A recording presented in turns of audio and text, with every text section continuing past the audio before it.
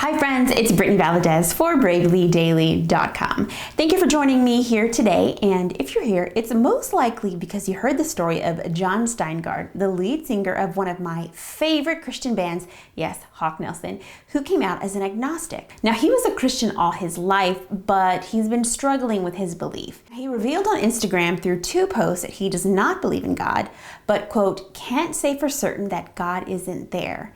He noted that he actually, quote, preferred it if he was. With his first post, he gave a list of questions that he's been struggling with that led him to where he is today. Well, I too had a faith crisis, and I might actually do a video on that in the future. Yeah, well, as some of you may know, that faith crisis led me to enroll at Biola University to earn a degree in Christian apologetics. I decided to go all in and face my fears. The fear of finding out my faith was potentially a fraud. Thankfully, I found out just the opposite. While there, I studied under many of the best in apologetics, including J. Warner Wallace, Sean McDowell, Kevin Lewis, and Clay Jones, to name a few. Now, Clay is one of my professors, and he is actually an associate professor at Biola, and he specializes in understanding why God allows evil. He's also chairman of the board of Ratio Christi, an international apologetics ministry for university students. Fun fact, I am, of course, a part of the club as well. In fact, Clay authored the book, Why Does God Allow Evil? Compelling Answers for Life's Toughest Questions. Friends, it's such a good book. Read it. I'm serious. You have to read it. I'm going to link it in the description box. Don't worry. And you know what? I actually think I've mentioned it in several of my other videos, so it's that good. Well, considering many of Jon's questions surrounded this subject, I decided to bring Clay on to tackle these questions. Over a series of 3 videos, Clay will address each question individually. The first will be cultural Christianity and whether or not we can even trust the Bible. The second will be the problem of evil. And the third will be hell, angry God, and killing. I will read Jon's question and Clay will answer. Now, each of these questions, I'm reading them just as Jon wrote them. If they're not from Jon, I'll make note. For each video, I will list each question with its particular answer along with their time code in the description box below. That way you can go through the videos to hear the specific questions that you want in the order that you want to hear them. Now, before we continue, please don't forget to give this video a like. Also, don't forget to subscribe because that's really important, and hit the notification bell. Now, the reason why you want to hit the notification bell is because let's say you're subscribed to me. Well, maybe you haven't watched one of my videos in a while, or it's been a while since I uploaded. Well, you're not going to see on the YouTube timeline that I actually uploaded a video. But if you're notified, you're always going to get the notification that I uploaded a video, whether or not you've watched me in a while or it's been a while since I've uploaded. Also, please subscribe to Clay's channel. Now, he actually has a website, but he just launched his own YouTube channel. And believe me, after this video, you're going to want to subscribe. Okay? All right, I'll link all of his info, his books, and articles he refers to in the description box below. And lastly, you can follow both of us on social media. I'm simply at Brittany Valadez pretty much everywhere. You can find Clay on Facebook and Twitter, and I will, of course, list his information in the description box below. All right, let's get started. So Jon wants to know, if God is all loving and powerful, why is there evil in the world? Can he not do anything about it? And does he choose not to? That's a great question. And one of the, as you know, Brittany, this is something that I've dedicated my life to studying. I've spent 23 years writing my book, Why Does God Allow Evil? And my last book just came out, which is Immortal, How the Fear of Death Drives Us and What We Can Do About It. So I've now written a book on evil and a book on death. But this is one of the common questions. And actually, it's pretty simple. If it is, here's the logic of it. It's impossible for God to give creatures free will and not allow them to use it wrongly. This is as logical. This isn't open for debate. This is as logical as it gets. If you're going to give people truly free will where they can do other than they do, you cannot keep them from using their free will wrongly, or you haven't given them free will. You cannot tell your daughter, for instance, that she can go out on a date with a punk down the street and then chain her to a heavy kitchen appliance. That's not giving her free will. And so this kind of question, he's allowing creatures, beings, to have free will. And this is instructive to us. When Adam and Eve ate from the tree of the knowledge of good and evil, they plunged us, their descendants, into a lifelong education of good and evil. And one of the things that we're learning here, one of the major, hugest things that we're learning here, is we're learning that sin is hurtful to people, that rebellion against God turned out not to be a good idea. Jon also asked, is the evil in the world the result of his desire to give us free will? Yes, and I just basically said that before. God wants to create beings with free will, creatures with free will, because free will is valuable. And if somebody says, well, he shouldn't have given us free will, to that I'd say, what in the world does that look like? In fact, by the way, it's in my book, Why Does God Allow Evil? But you can also find it, if you don't want to buy my book, you can also find it in the Christian Research Journal. I wrote a book entitled Sci-Fi Free Will and the Problem of Evil. And I point out how science fiction movies, all of them agree, and there's many of them, all of them agree that humans are better off having free will, even if it results in suffering and even death. It's better to give creatures free will, because free will is valuable. What would it be like do you really want to be with a robot spouse? We all know, like a Stepford wife. Are we all going to have Stepford wives and Stepford husbands? What does that mean? Because we all realize that a Stepford spouse, that a robot spouse is no better, just about 3 steps above inflatable. It's nothing really. But then does that even make sense? Because it's not like we would have free will, but we'd be marrying Stepford spouses, robotic spouses. We'd be robotic spouses. We wouldn't have free will. Now, you could eliminate all evil by taking away free will. You could. But what kind of beings would those be? You couldn't freely love. You couldn't freely worship. None of this makes any sense. So yes, God created creatures that have free will. And I dare say, any thought to the contrary is just simply ridiculous. We can't imagine we'd be, what it would be for others if everyone we knew was kind of programmed. What would that mean for them to say that they love us? And if we were programmed, what would it mean for us to say we love them? So yes, free will is valuable, and he created creatures that have free will. When it comes to romantic relationships, for example, we all want to be chosen. We don't want someone to feel forced to have to love us. We want them to freely choose to love us. There's kind of a goofy movie entitled Love Potion Number 9 with Sandra Bullock, where she finds this love potion, and if she gets it on the guy that she really wants, if she gets it on him, he will love her unconditionally forever. But she realizes in the movie, I'm not going to get it on him. I'm not going to put it on him because I'm not going to use it. Because if I do, I want him to really love me for me. I don't want him to love me because I've given him a potion. And so, yeah, it's frankly, the idea of taking away free will is ridiculous. And back to my earlier point, and if you're going to give creatures free wills, you have to allow them to use it wrongly. Now, another question Jon asked is this. What about famine and disease and floods and all the suffering that isn't caused by humans and our free will? All natural evil, that's what we call natural evil, is things that are, famines, earthquakes, floods, cancer, and so on. Those are natural evils, and natural evils trace back to Adam and Eve. And what I mean by that is that Adam and Eve were told, you're free to eat from any tree in the garden. Notice the freedom there. You're free to eat from any tree in the garden. But of the tree of the knowledge of good and evil you must not eat, for on the day you eat of it, you will surely die. And the trouble is, we think it says that you will surely die in your sleep at a ripe old age of natural causes. But God didn't say that. He just said you will die. And so here's the thought that's not very pleasant. So the only thing for all of you that are watching this, the only thing that's going to prevent everyone watching this is going to prevent you from watching every single person you know die from murder, accident, or disease is going to be your own death from murder, accident, or disease. So have a nice day with that. It's not a very nice thought. It's not a very comfortable thought. I've had people go, no, wait, that can't be true. And then they think about it a minute and go, oh my gosh, that's true. Now you can say, wow, Christianity is really hard. But all I can say to that is, if you think Christianity is hard, this is not just a Christian truth. You could become an atheist and then just end up with worms eat your body, or you could become a Hindu or Buddhist and you could die again and again and again and again, but either way you're going to die.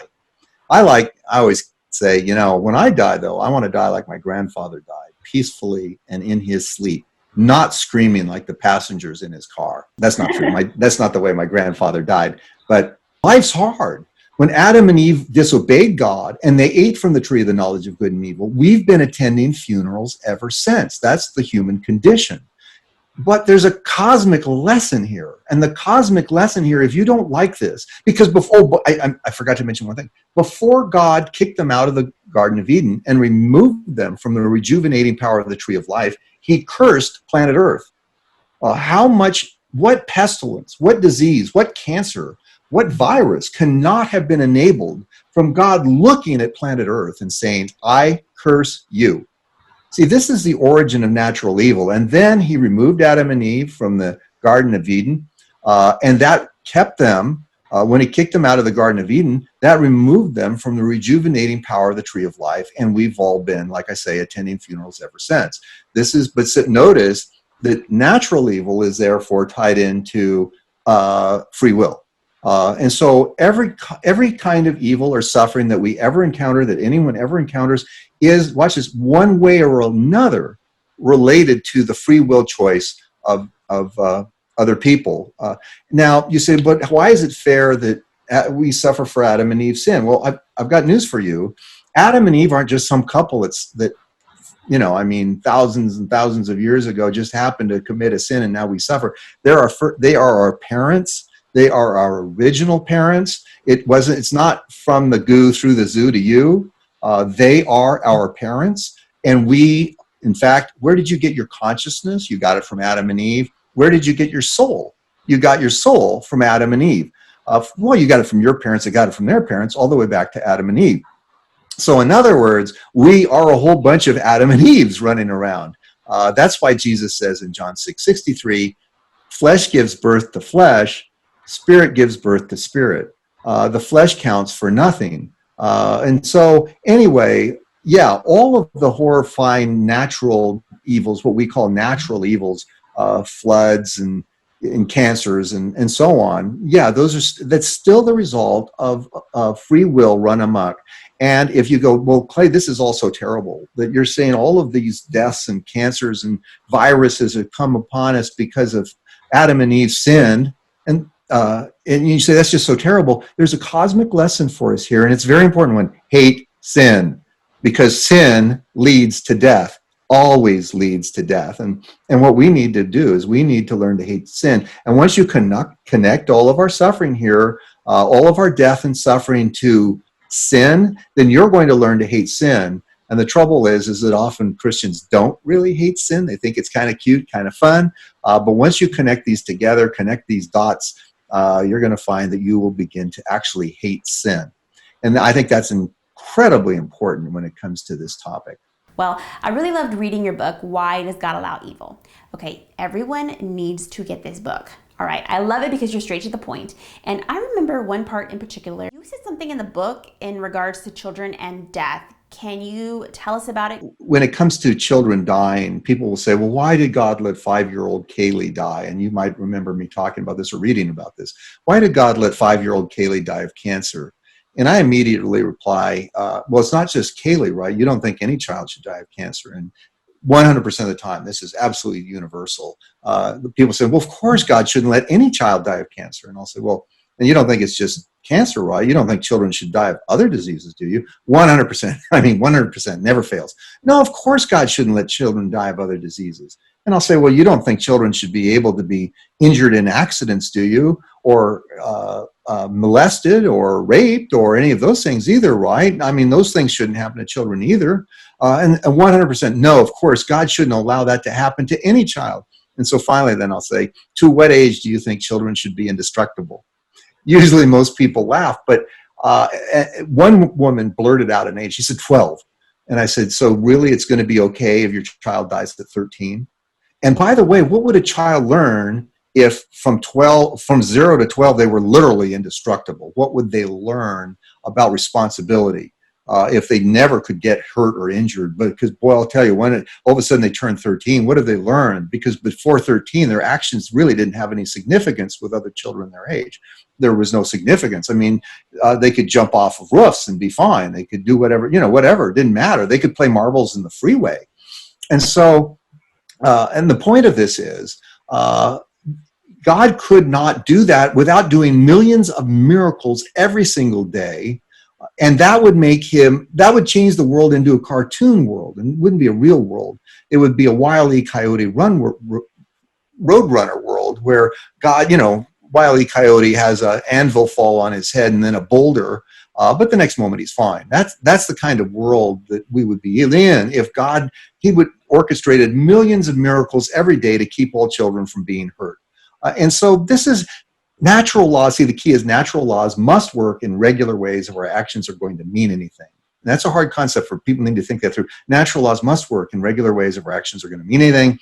Otherwise, Bobby could be cutting his steak next to his little brother Billy, and Bobby could take his steak knife and he could jab it into Billy's side, and the Lord would turn it to rubber, make it turn to rubber, and the whole family would laugh. But again, that's a cartoon world. In a real world, natural laws must work in regular ways if our actions are going to mean anything. And we then have to be very responsible people as we grow up. That's when people ask me, why did God even create us if there's going to be all this suffering? Why did God create us in the first place is not an uncommon question. And the answer to that is because he wanted to create creatures with free will. And I've asked people all the time, I'll say, look, let me ask you a question. Do you want to have kids?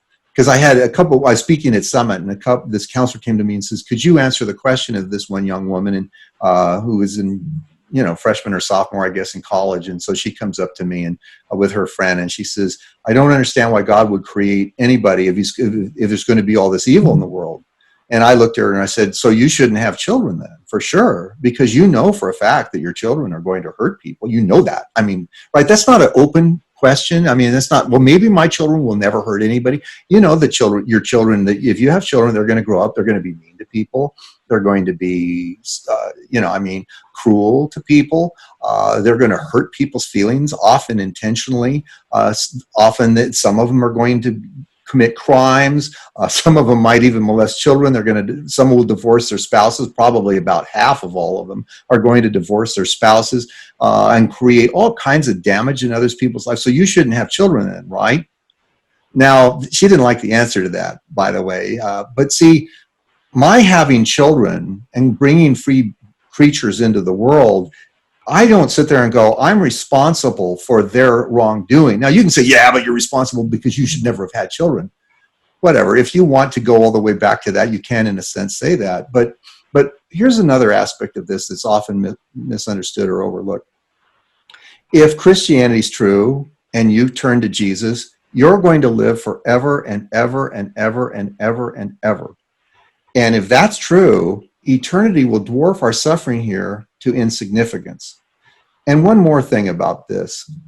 People like to add all the suffering of the world up and say there's just too much suffering. Like they like to add all the suffering in the world up and say there's like this, sum of suffering that needs to be answered for. C.S. Lewis put it, he says, if I'm in a dentist's office and I have a toothache and the toothache is 1X, and there's another guy in the office with me, and his tooth pain is also 1X. You can, if you want, say that the total amount of the pain that's in the room is 2X. He says, but neither of us are suffering 2X. The amount of suffering that one person can suffer in their lifetime is surely a lot. But to say that there's millions of other people that are also suffering, and so there's this sum of suffering that God has to answer for, that's not true. Everybody suffers individually. And surely, again, the amount of suffering that one individual can suffer is significant. Surely it is very significant. But let's get something clear here. If Christianity is true, if it's true, eternity will dwarf our sufferings to insignificance. And this is hugely important that people understand this. Paul always pitted the sufferings of this world with the joys of heaven. I'll give you just one example. 1 Corinthians chapter 4, Paul says, this slight momentary affliction is preparing for us an eternal weight of glory beyond all comparison.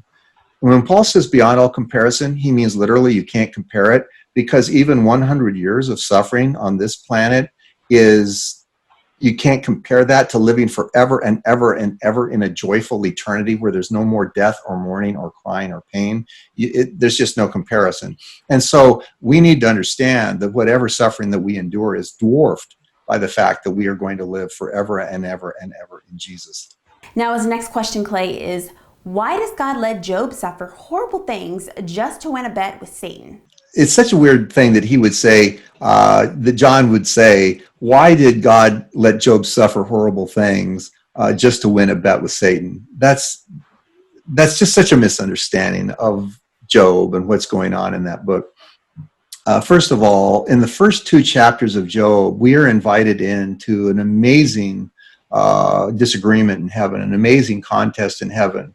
And what it is we know, just a reminder for people, we know that Job was the richest man in the whole earth. He had more camels and cattle and more sheep and goats. He had more land than anyone else in the earth. And his kids, it says, even would get together and eat into each other's homes and eat and drink together. In other words, his kids were getting along. He's having a good time. All is well. And it says, in that context, it says, if you look at the passage carefully, it says, and the angels of the Lord came and presented themselves before the Lord, and Satan also came with them. And the Lord says to Satan, have you considered my servant Job? He's a righteous man. And I'm going to paraphrase, but Satan says, pshaw, he only serves you because you've given him everything that he wants. If you'd given me everything that I wanted, then I would have served you too. Well, Satan, the Lord could have replied, well, that's how I get people to serve me, is I give them whatever they want. But he doesn't do that. He says, so you think that the only reason that, in fact, let me back up. I think there's a hidden premise. When Job says, sure, you give him everything that you've given him everything he wants. That's why he serves you. I think the hidden premise is that Job could say, is that Satan was saying, if you'd given me everything that I wanted, I would have served you too. See, that this is a big deal. Are you only going to serve God when you are given whatever you want? So anyway, he tells Satan, go ahead, have at him. Satan kills Job's family. Satan, all of Job's possessions are stolen. Satan then afflicts Job himself with boils. And one day his wife comes up to him and says, are you still holding on to your integrity? Curse God and die. Now that was an unsupported moment, right? Anyway, so all of these things happened to Job.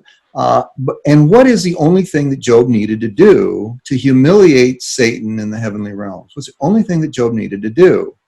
All he needed to do was to continue to honor God through the suffering that he endured, and that humiliated Satan, that showed that he was wrong. And when we, similarly for us, if we encounter hardship and continue to honor God through it, we justify the judgment of Satan and his minions. Because if they're saying, well, if you'd given me more, we wouldn't have rebelled, then the Lord needs certain beings to stand up and say, even though he slay me, yet will I serve him. We need Christians to stand up and say that. And I'm going to give a very personal story here. 17, 18 years ago, I started having lower back pain, and the pain got worse and worse and worse. And I started going to doctors, and they took x-rays. And the x-rays revealed, would just show that I was fine. So the doctors thought, and the doctors had said, well, you need to do stretching exercises. Well, the pain got worse and worse and worse. And I finally went to an orthopedic surgeon, and the orthopedic surgeon does x-rays, and he says, I'm going to send you to a physical therapist. And the pain by this time now was so intense. It was so off the charts. I could no longer sleep upstairs with my wife, which was very sad to me, because I had to get up every hour to walk around, because this lower back pain was so intense, and walking around helped me deal with the lower back pain. So I started sleeping downstairs. Finally I got a CT, and that was on a Friday morning. I got the CT. Monday morning, my orthopedic surgeon called, and he said, you have a tumor on your spine. And when I heard that's shaking news. My wife had picked up the other line, and he told me that I needed to see this doctor quite a long ways from my house in Cedars-Sinai, the director of the musculoskeletal tumor program.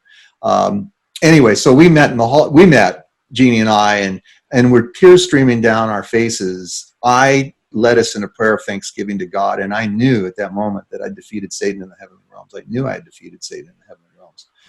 Well, things start moving real fast. I see this orthopedic oncologist, and he orders a biopsy, and the biopsy results come back, and I talk to him, and he says, well, if this is the cancer that you have, we won't take it out. We'll start you on chemo. If chemo shrinks the tumor, then we might take it out.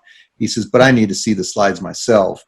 What I was diagnosed with, by the way, the cancer that I was diagnosed with, the biopsy diagnosis was that I had a sarcoma, which was the same cancer that killed Ravi Zacharias. Anyway, thankfully the doctor, really good doctor at Cedars-Sinai, looked at the slides and says, I think they've made a mistake. But anyway, Jeannie and I get off the phone thinking I've now got a sarcoma and I'm going to die. We get off the phone, we meet in the hallway and we hold hands. And with tears streaming down our faces, I led us in a prayer of thanksgiving to God. And I knew at that moment that I defeated Satan in the heavenly realms. And let me just say something to all of you. Your finest hour isn't having children or getting married. Your finest hour isn't becoming the president of a company or writing a book or whatever. Your finest hour is when your life falls apart and the whole world is watching you. And listen to me, the whole world will be watching how you handle it. They'll be watching you. And you've gotten life-ending news. You've just suffered a major financial reversal. You think you're going to die. And you say to everybody, I still honor God. That's your finest hour. And once we can understand this, that this is what we're talking about here, that there is a thing going on in heaven. And by the way, there's the heavenly problem of evil is Satan rebelled. In Revelation 12:7, it says, and there was war in heaven. Think about war in heaven. That's staggering. How does the Lord deal with war in heaven? Well, I think he does it here on earth because we read in Revelation 12 that when Jesus died on the cross, Satan was kicked out of heaven. That God resolved the heavenly problem of evil, and in a sense, he resolved the earthly problem of evil by Jesus dying on the cross. And so there's a lot more to the story of Job than just, and unfortunately it shows, this is sad and I feel for him, but it shows John's hostility to simply go, so he just did this, put Job through all of this to win a bet with Satan. That's a very hostile way of putting it. And notice that he's not asking. So I'd like to know, he's now decided, what he seems to think on the issue. Thank you so much for being with us, Clay. I absolutely appreciate it. And I know our viewers definitely did too. Can you tell us where we can find you? If you want to reach me, if you want to know more about me, my blog is clayjones.net, clayjones.net. I have a book entitled, Why Does God Allow Evil? And Brittany will have a link to that at the bottom. I also have a brand new book that's come out, Immortal, How the Fear of Death Drives Us and What We Can Do About It. And it's kind of apropos because people are driven by the fear of death, but you don't have to be afraid of dying. If you are a sincere Christian, you don't have to be afraid of it. I'm on Facebook. You can look me up at Facebook. On Twitter, I'm Clay B. Jones on Twitter. And anyway, so I'd be glad to hear from you sometime. And there's a YouTube channel, just Clay Jones. Hope you'll subscribe. And like I say, if you have questions or comments, please, you can post them on my website, clayjones.net, or go to my YouTube channel. I'm really just beginning to advance that. I hope you'll join me. It's been a pleasure to be with all of you. Friends, again, I encourage you to read his books and study Christian apologetics. Don't be afraid to search for answers. As always, I'll list everything you should check out in the description box below. I'll list tons of resources for you to search for the answers just like I did. Remember, the Bible actually tells us to do it. 1 Peter 3:15, always be ready to give answers for the reason why you believe. See, so we should be searching actually. Now, don't forget to check out my website, bravelydaily.com, and follow me on all my social media accounts. It's simply just @Brittany Valadez. God bless, and I'll see you later.